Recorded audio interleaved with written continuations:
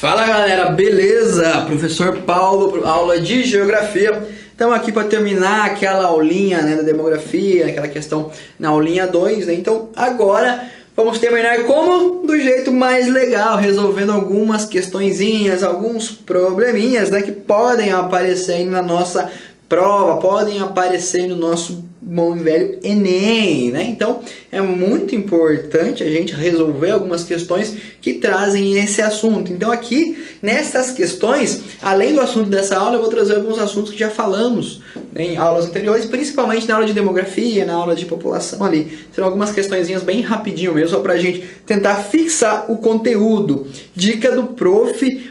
Em casa, pessoal, procurem na internet, onde vocês estiverem, procurem questões de geografia, de todas as matérias e resolvam, É resolvendo as questões que a gente aprende bastante também. Então, estudem, vejam o vídeo e depois procurem questões para resolver. Número 1, uma questão da Universidade Federal do Rio Grande do Norte vai trazer o quê?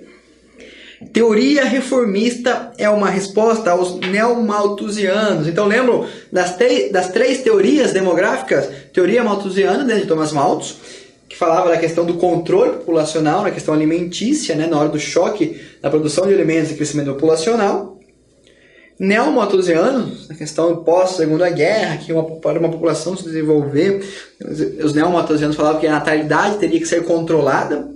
E também os reformistas que falavam que não, que a questão da número grande de pessoas nascendo, a falta de controle de natalidade, a questão que as pessoas não têm acesso à informação, Então a pessoa tendo acesso à informação, sendo mais politizada, a questão do planejamento familiar ocorre consequentemente, Voltando à questão, a teoria reformista é uma resposta aos neomalthusianos. Então vai lá, teoria reformista. De acordo com essa teoria, é correto afirmar que as precárias condições econômicas e sociais acarretam uma redução espontânea das taxas de natalidade. Então, as precárias condições econômicas e sociais acarretam uma redução espontânea da taxa de natalidade. Não, Segundo a teoria reformista, isso é o contrário. Então, as precárias condições sociais aumentam ainda a taxa de natalidade, falando que as pessoas têm mais filhos, a falta de acesso à informação. Então, não é a questão A. Então, chuta lá para lá que não é A. B, letra B. Uma população jovem e numerosa, devido às elevadas taxas de natalidade, lembra, taxas de crescimento da população, é a causa principal do subdesenvolvimento. Também não, uma população jovem tem grande mão de obra, trabalho, e também não é só essa questão. A questão de mau planejamento, questão econômica também é importante aqui no subdesenvolvimento, questão histórica também está envolvida. Alternativa C. C. O C nem sempre é o C de certo. O controle da natalidade só será possível mediante rígidas políticas demográficas desenvolvidas pelo Estado.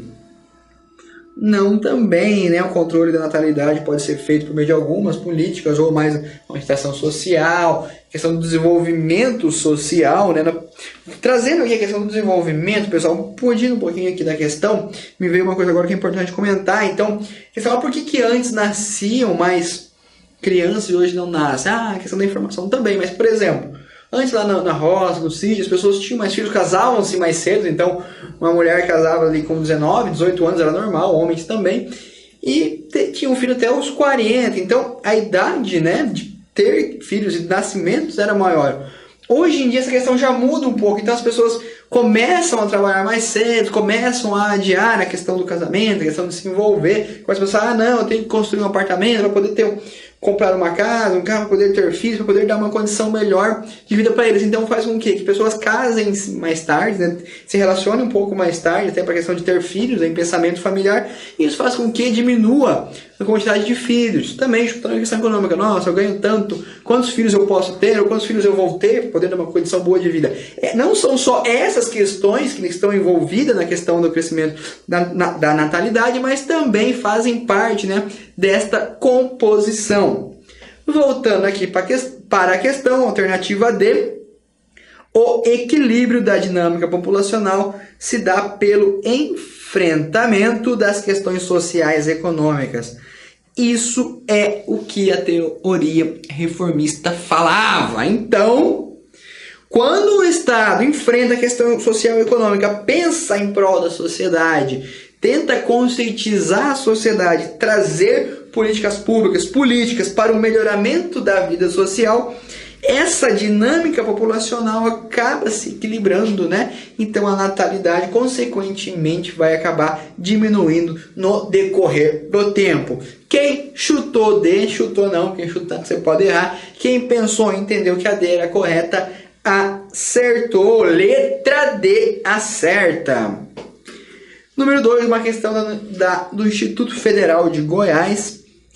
Conforme os dados do IBGE 2010, né, o nosso último censo aí populacional, a população econômica ativa foi de 2,3 milhões. Na comparação anual, houve alta no contingente da indústria extrativa, né? Então, o maior, né, número desse contingente. Na transformação e distribuição de eletricidade, gás e água, nos serviços prestados, nos aluguéis, dentre outros. Analisando o trecho acima, com seus saberes, é correto afirmar que a população economicamente ativa são incluídas pessoas acima de 18 anos que trabalham, com exceção dos desempregados. Não, pessoa desempregado, mas que está procurando emprego, está apto a trabalhar, fazem parte da PEA, população economicamente ativa. De setembro de 2009 a setembro de 2010, diminuiu a taxa de rendimentos e ocupação de pessoas. A questão não trouxe, não afirmou nada sobre isso. Também não é, isso aqui também não é. A inserção da mulher no mercado de trabalho é um fator irrelevante para a mensuração da variação do rendimento familiar. No mercado de trabalho é um fator relevante. Acho que não, né, pessoal? Então, se a mulher está inserida no mercado de trabalho, é um fato muito relevante, né, para o rendimento da família. Pensa, numa família que trabalha só o homem, quanto é o seu rendimento? Agora, se trabalhar homem e mulher, o quanto aumenta? Então, o trabalho da mulher é muito relevante. Então, essa aqui também está errada, porque ele fala que é um fator irrelevante. Letra D. População economicamente inativa, PEI, corresponde à parcela da população que não está empregada, como crianças, idosos, deficientes, estudantes, ou que não exerce atividades remuneradas, como donas de casa. Faltou o dono de casa, tinha que ser aqui, né? Vamos lá, então, de novo, população economicamente inativa corresponde, então lembra do PEI, a parcela da população que não está empregada, como crianças, idosos, estudantes e que não exercem atividades remuneradas, como donas de casa. Está certo, pessoal? Então, a PEI é isso, pessoal. População economicamente inativa, quem não exerce trabalho. Então, são as crianças, são quem estão na fase de estudo, né? E só estuda. São também pessoas idosas, pessoas com necessidades especiais que não podem exercer trabalho, né? E os donos de casa. Então, isso faz parte da PEI e é a questão certa. Para desencargo de consciência, vamos ler a letra E. Infere-se que um dos motivos para o decréscimo do rendimento real habitual poderia ser a instalação do UES, gerando emprego e renda. Também não falamos de UES aqui, né? Então não é a questão correta. Alternativa 3, Instituto Federal do Mato Grosso. Onde estão as crianças paulistanas? Então o texto começa com uma pergunta. Então a gente já pode ver que vai ser voltado à criança, infantil, necessidade de natalidade, alguma coisa assim. A cada ano, menos crianças são vistas nas ruas, parquinhos e playgrounds, condomínios de São Paulo. Reflexo da tendência de queda de fecundidade que coloca regiões de maior renda, como Vila Mariana e Pinheiros, em que o número de filhos por mulher caiu de 1,4 e 1,3 respectivamente, com padrões do Japão e dos países mais ricos da Europa. Ele traz ali da onde é o texto, né? Para vocês terem a base, a fonte. Sobre os aspectos Sobre os aspectos que caracterizam a dinâmica populacional brasileira nos últimos anos, é correto dizer que alternativa A, A taxa de natalidade brasileira caiu nos últimos anos, exclusivamente nos grandes centros, como São Paulo e Rio de Janeiro, devido à necessidade de trabalho das mulheres. Errado, pessoal. A taxa de natalidade caiu não só nos grandes centros, como nas cidades médias, cidades pequenas. A mulher anda trabalhando mais, pessoas trabalham mais, há um maior planejamento e, consequentemente, nascem menos crianças do que nasciam algumas décadas atrás. Então, a questão A está errada. Maravilha, vamos lá, então. Gostei de falar assim. Vamos lá para a questão B. A queda da taxa de natalidade ocorre em todo o país, independentemente do poder aquisitivo e da localização de moradia, atingindo o que se conhece como crescimento vegetativo negativo. Então, aqui a taxa de natalidade ocorre em todo o país, independente do poder aquisitivo. É errado, pessoal. Por quê? O crescimento vegetativo não é só a taxa de natalidade, ele envolve a taxa de mortalidade, ele traz o déficit se o país está crescendo ou se a população está diminuindo. Então, também não é. Vamos para a questão, para a alternativa C.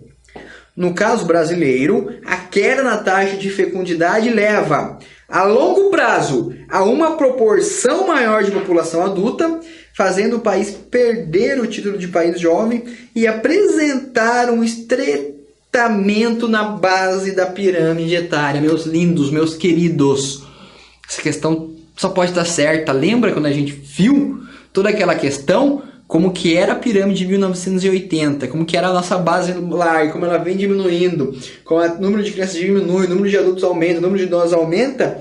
Então a questão C é a questão certa. Até vou ler novamente para você aí em casa fixar. No caso brasileiro, a queda na taxa de fecundidade leva, a longo prazo, a uma população maior adulta, com certeza, né?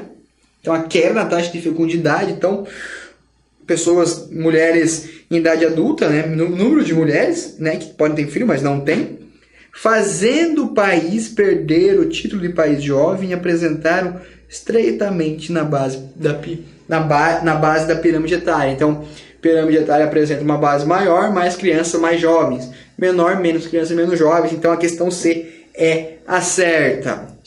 Para efeito de consciência, né, só para lermos as outras questões, a taxa de fecundidade menor que 2 filhos por mulher indica a manutenção da população sem a necessidade de imigração, embora mostre uma pirâmide de base estreita. Mentira, né, pessoal? Se essa taxa continuar, né, menor que 1 ou 1, menor de 2, errei de novo, se a taxa da fecundidade for menor que 2 filhos por mulher ou for pequena, né, esse país vai ter uma ocorrência na necessidade de vinda de imigrantes para suprir a necessidade futura de mão de obra. Então está errada. Letra E, a taxa de fecundidade aumentando. O que aconteceu a partir da década de 1960 fez cair a taxa de crescimento demográfico vegetativo do país. Então não, se aumentasse a taxa de fecundidade, depois do nascimento aumentaria o crescimento demográfico e o crescimento populacional. Então, a questão está errada. Indo para a nossa última questão, para a quarta questãozinha, essa vai ser uma aulinha mais rapidinha, fala que, embora o Brasil esteja colocado entre os países mais populosos do mundo, quando se relaciona a sua população total com a área do país, obtém-se um número relativamente baixo. Lembra a questão da população relativa, país povoado ou pouco povoado, quantos habitantes por quilômetros quadrados, né? Então, a essa relação de população versus áreas, damos o nome de, cara, essa eu tenho certeza que você acertou. Taxa de crescimento, não. Índice de desenvolvimento, não. Cidade demográfica, sim. Então, taxa de natalidade, não. Taxa de fertilidade, não. Então, aqui a gente já matava a questão. Essa relação de população por área, densidade demográfica. Quanto maior, mais pessoas na área, maior densidade. Quanto menor pessoas, menor a densidade. Então, nada mais é do que densidade demográfica. Certo, pessoal? Espero que tenham compreendido a nossa aula de demografia, entendido um pouco dessas questões que envolvem, né, o desenvolvimento populacional, a faixa etária e esses outros assuntos. Espero também que as questões tenham te ajudado e que as nossas aulas de geografia tenham auxiliado você uma maior compreensão do assunto e uma maior compreensão da nossa realidade, da nossa sociedade como um todo. Certo, pessoal? Muito obrigado pela sua atenção. Muito estudo para vocês. Preste atenção na aula, rapaz. Preste atenção na aula, menino. E eu espero você numa próxima aula, num próximo momento. Então lembre-se, paz no coração, geografia na cabeça. Até a próxima!